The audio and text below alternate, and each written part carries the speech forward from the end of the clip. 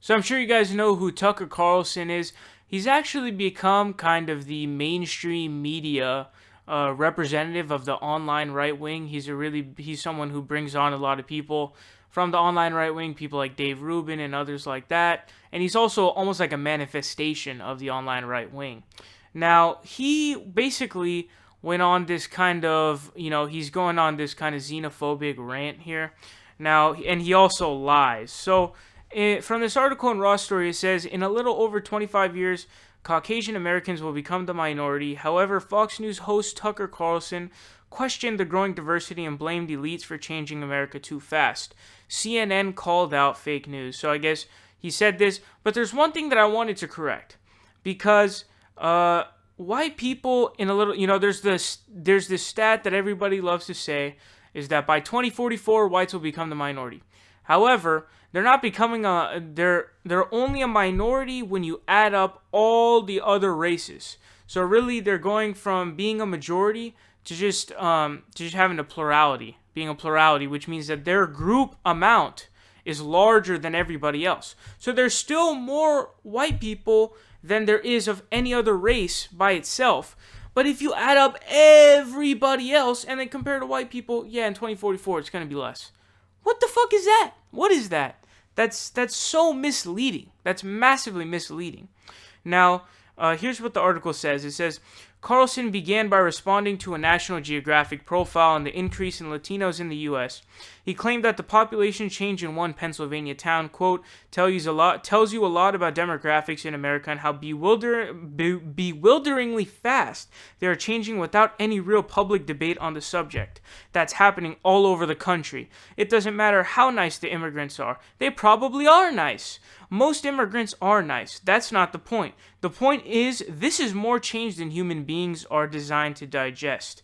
And then he goes on to say, quote, and notice where this change is not happening. Any place our leaders live. They cause all of this with their reckless immigration policies, and yet their own neighborhoods are basically unchanged. Our leaders are for diversity, just not where they live. So first of all, there's two things I want to break down there. The first thing, what he's saying in the beginning, this is, in my opinion, and I think many of your guys' opinion, this is just completely unnecessary, right?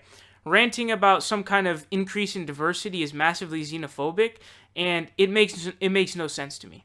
But him kind of interjecting that, they're nice. Most of them are nice, but that's not the point. He had to interject that because if he doesn't interject something like that, people are going to call him an outright xenophobe because that's what he is. There's no way that you should ever be either, ranting or putting fear in people's minds over diversity. What kind of massive stupidity is that?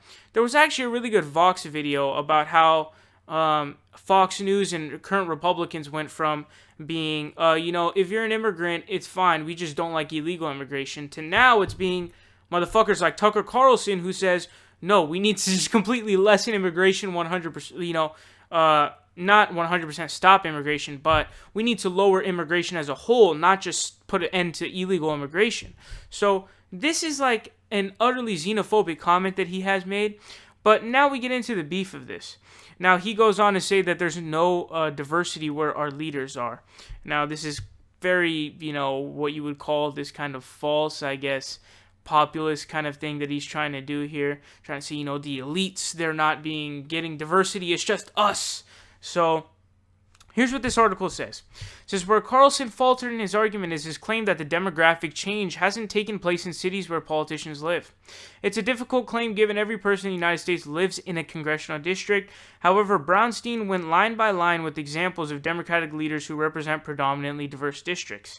It's Republicans who seem to live in districts dominated by white people. It says a full, quote, 80% of House Republicans represent districts where the white share of the population exceeds the national average of about 61%.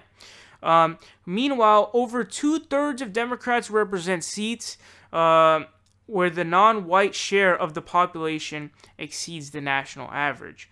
So basically what this is saying is, no, there is diversity where our leaders are. It says that over 2/3 of Democrats represent seats where the non-white share of the population exceeds the national average. So you have the national average, over 2/3 of the Democratic representatives have a higher national average of minorities, higher number of minorities that is higher than the national average, while 80% of House Republican districts have a white share of the population that exceeds the national average, which is 61%. So what he's saying here is completely false. This is a very common scare tactic, and this is something that Republicans love to employ. One of the Republicans' main tactics is fear-mongering. That's what they did for the Iraq War. That's what they've done all throughout the Bush administration. That's what they tried to do with Barack Obama. And this is what they do with everybody. Fear-mongering is a very common tactic within the right, and this type of fear-mongering must be absolutely debunked, and it must be rejected, because this kind of xenophobia is absolutely unacceptable.